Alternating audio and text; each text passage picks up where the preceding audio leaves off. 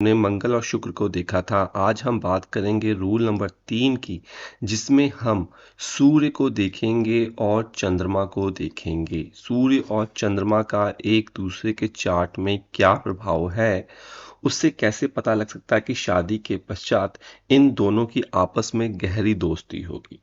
तो आपने क्या कर लेना है, D9 चार्ट उठा लेना है। D1 चार्ट किसका उठाना है, एक तो आपने लड़के का उठा लेना है और एक आपने लड़की का D9 चार्ट उठा लेना। मैं लड़की का एक D9 चार्ट यहाँ पे बना देता हूँ, ठीक है।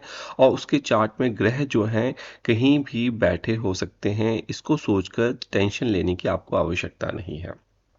अब क्या कहना है, देखिए रूल क्या कहता है। रूल सीधे सीधे जैसे मंगल और शुक्र की युति कहती थी कि उन दोनों का आपस में संबंध बने एक दूसरे के चार्ट में, उसी प्रकार से ठीक है सूर्य या चंद्रमा का संबंध बने तो प्रबल आकर्षण बनता है हस्बैंड और वाइफ में, लड़के और लड़की में। जब एक साथी का सूर्य दूसरे साथी के चंद्रमा के साथ संबंध बनाता है। अब ये कहने का मतलब क्या है, मान लीजिए लड़के के चार्ट में सूर्य तो जो बैठे हुए हैं वो कुंडली के पहले घर पर बैठे हुए हैं और लड़की के चार्ट में चंद्रमा जो बैठे हैं कुंडली के पहले घर पर बैठे हुए हैं, ठीक है जी। अब इन दोनों चार्ट को एक दूसरे के साथ रख दीजिए, एक दूसरे के ऊपर रख दीजिए। जब एक दूसरे के ऊपर रखेंगे तो चंद्रमा भी यहाँ पर ओवरलैप हो जाएगा। या फिर ऐसे कह सकते हैं कि लड़के का सूर्य जो है वो कहीं ना कहीं यहाँ पे ओवरलैप हो जाएगा, ठीक है। तो ये एक दूसरे के ऊपर आ गए, ठीक है। तो ये एक संबंध बना रहा है, तो ये एक अट्रैक्शन खोज रहा है, ठीक है ना। तो ये एक दूसरे से अगर एक दूसरे के ऊपर आते हैं या फिर त्रिकोण में आते हैं। अब त्रिकोण का मतलब क्या है, त्रिकोण का कहने का मेरा तात्पर्य ये है कि अगर लड़की का, ठीक है, अगर लड़की का या लड़के का किसी का भी मान के चलिए, मान लीजिए लड़के का सूर्य बैठा हुआ है कुंडली के पंचम भाव में, ठीक है। और लड़के का सूर्य पंचम भाव में बैठा है और लड़की का सूर्य जो है चंद्रमा जो है वो कहाँ बैठा हुआ है, कुंडली के नवम भाव में। तो अगर एक दूसरे के ऊपर फिर से ओवरलैप करेंगे, मतलब क्या ओवरलैप कहने का मेरा मतलब ये कि चार्ट को लीजिए, लड़के के चार्ट के ऊपर लड़की के चार्ट को रख दीजिए। कौन से चार्ट को, या लड़की के चार्ट के ऊपर लड़के के चार्ट को रख दीजिए। कहने का मतलब जब लड़की का चार्ट लड़के के चार्ट के ऊपर रखा जाएगा तो चंद्रमा यहाँ पे आ जाएगा। तो ये एक दूसरे से त्रिकोण में होगा। देखिए 1 2 3 4 5, ठीक है। एक दूसरे से त्रिकोण का नक्शा संबंध बना लिया।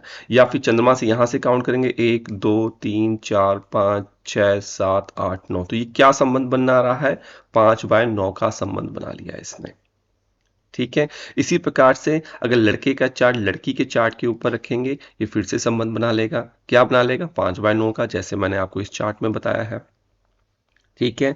तो अगर आपका त्रिकोण का संबंध बन रहा है, 5/9 का बन रहा है, या फिर चंद्रमा आपके चार्ट में यहाँ पर बैठ जाए, ठीक है। तो जब ये आपस में त्रिकोण का संबंध बनाते हैं तब भी ये कह सकते हैं कि विवाह के पश्चात दोनों की गहरी दोस्ती होगी।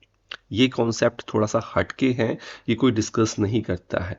यही रीज़न है कि जब आप पर्सनल कंसल्टेशन के लिए आते हैं तो मैं आपके चार्ट का विस्तार से अध्ययन करता हूँ, उसका एनालिसिस करके ही आपको मैं बताता हूँ, ठीक है जी।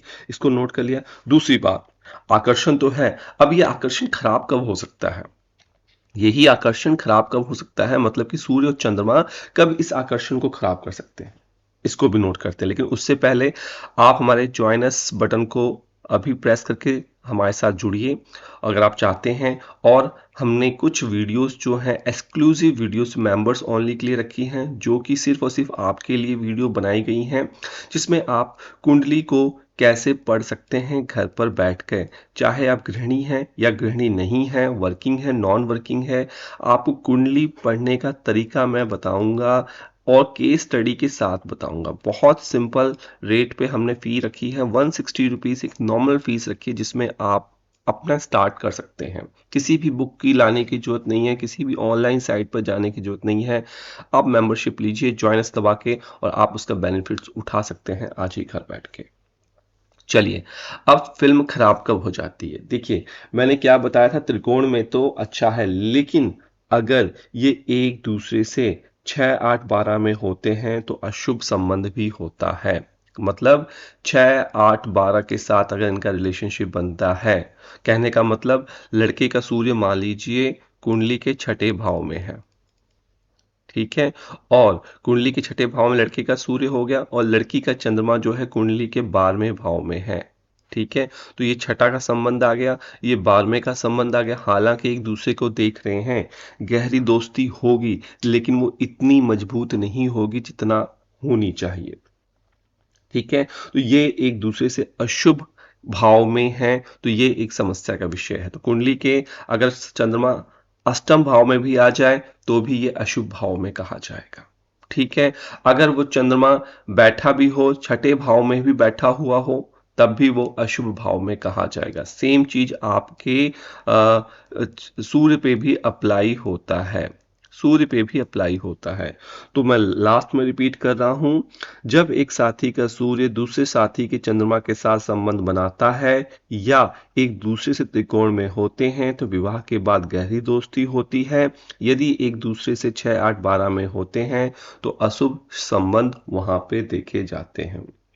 इसको आपने नोट कर लेना है, ठीक है जी। तो यहाँ पे इजाजत दीजिए, नमस्कार, श्री राधे।